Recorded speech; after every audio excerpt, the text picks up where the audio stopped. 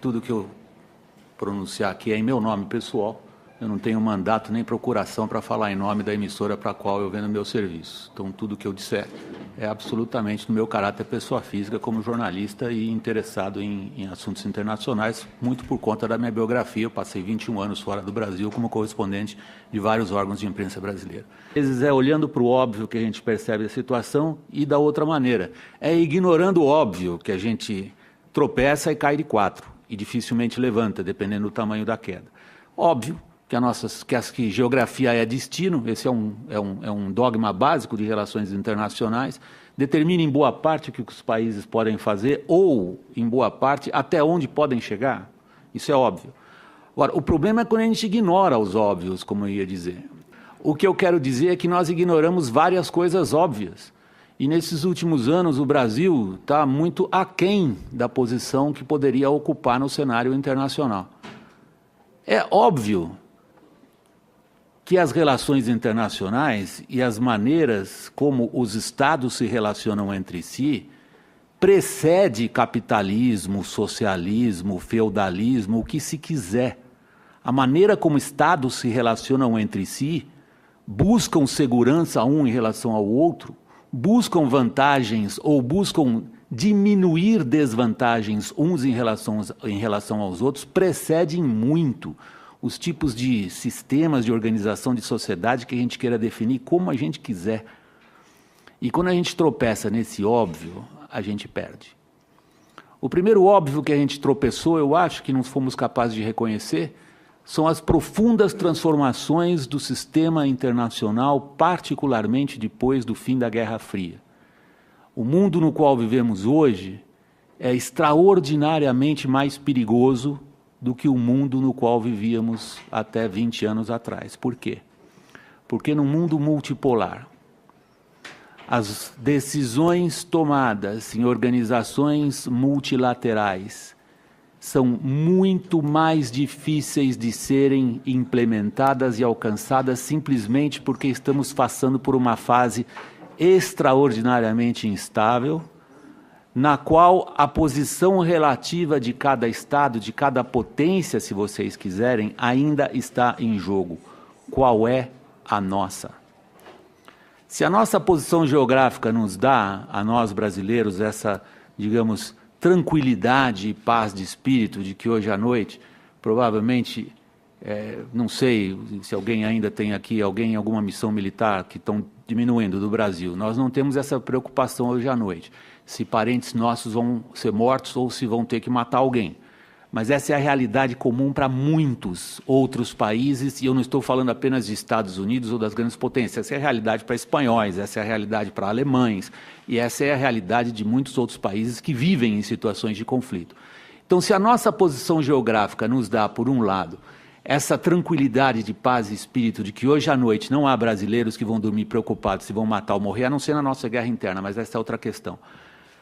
Isso nos tira, como sociedade, boa parte da sensibilidade para a abrangência, profundidade, alcance e importância dos principais conflitos internacionais. Nós não somos parte de nenhum, seja ele religioso, seja ele étnico, mesmo comercial, porque a nossa importância no comércio mundial não vem crescendo ou está muito longe do tamanho que esse país tem e do que essa economia poderia gerar. Nós somos pequenos por opção geográfica, se vocês quiserem, apesar do tamanho do nosso território. A geografia desse planeta nos colocou, de certa maneira, longe desses conflitos. Por outro lado, se nos deu essa tranquilidade de paz e espírito, nos tirou, em boa maneira, a capacidade de entendimento e de absorção do que está em jogo. O que está em jogo hoje é o reordenamento, sim, do poder internacional, no qual o nosso papel, para citar um óbvio no qual nós tropeçamos, eu não o vejo bem definido. Não o vejo bem definido porque nós ignoramos outros óbvios também, e eles é que nos fazem sofrer o que nós estamos sofrendo hoje, que é um crescente isolamento e apequenamento em relação ao que a gente podia ser. Toda vez que a gente fala e usa uma categoria absoluta, o Brasil, na verdade, na categoria relativa, isso que eu quero dizer, eu quero me corrigir. Toda vez que a gente usa uma categoria relativa como essa, o Brasil está menor, nós estamos menor em relação ao quê? Em primeiro lugar, nós estamos menores em relação ao que poderíamos ser, ponto. Ponto. Eu detesto, eu estou absolutamente farto da descrição do Brasil como país do futuro. Eu gostaria que o nosso futuro estivesse já para trás, e não que a gente estivesse esperando sempre o que é que a gente vai poder ser. Nós não entendemos a natureza dessa transformação internacional. Nós a consideramos simplesmente o declínio relativo de uma hiperpotência, ou superpotência, ou megapotência, não importa a palavra com a qual vocês queiram definir os Estados Unidos, e celebramos isso como se fosse o nascer de uma nova era na qual as afiliações, sobretudo, ou as afinidades, sobretudo político, não diria ideológico, que não é bem o caso, é difícil entender qual é a afinidade política e ideológica de um país como a Índia, por exemplo, com o qual estamos associados em um determinado tipo de bloco, ou entender qual é a afinidade política e ideológica de um país como a Rússia, por exemplo, onde estamos, de alguma maneira, ligados a um tipo de bloco. Nós não entendemos que a transformação internacional relevante é o surgimento de uma potência que não sabemos se será pacífico ou não. Esse é o desafio das novas gerações, é do pessoal que não tem mais cabelo branco como eu vejo muita gente jovem aqui na plateia, vocês é que vão poder, eu vou estar morto já, não vou poder saber se a China subirá como uma potência pacífica ou não, e o desafio que ela apresenta para relações internacionais é um desafio que pode ser resolvido dentro do que se convencionou chamar de governança global e que nunca chegamos a ela.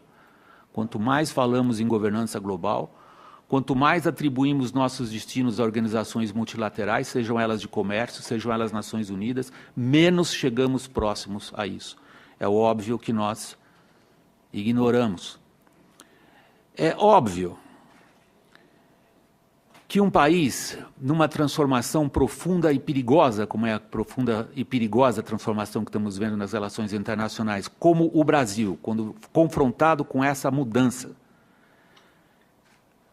prefere ser fornecedor de matérias-primas de um dos poderes ascendentes e perde aquilo que, no óbvio clássico de definição de projeção de poder, é o poderio econômico, e ele está associado nos estados modernos à indústria, e a nossa indústria está andando para trás, nós estamos perdendo, como país, a possibilidade de sermos mais poderosos, do ponto de vista clássico das relações internacionais. Muito mais geoestratégico do que econômico.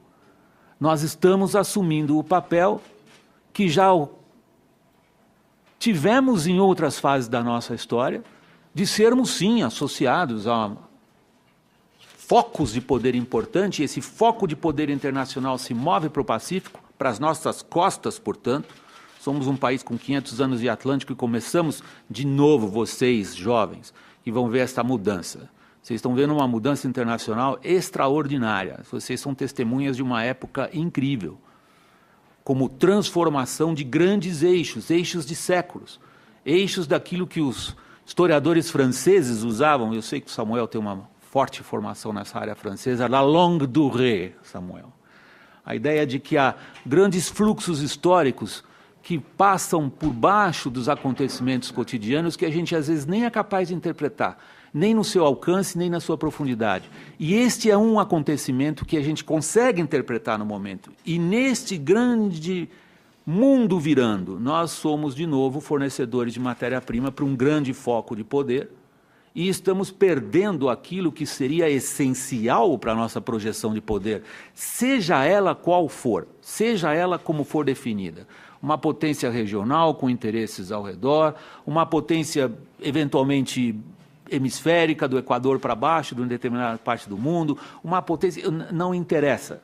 Jamais seremos qualquer coisa à altura do destino que nós achamos que nós merecemos, que nós achamos brasileiros que merecemos um destino melhor, maior e mais importante do que aquilo que a gente exerce hoje nas relações internacionais. Jamais o seremos sem uma economia forte, baseada em conhecimento, inovação, tecnologia, e isso significa indústria.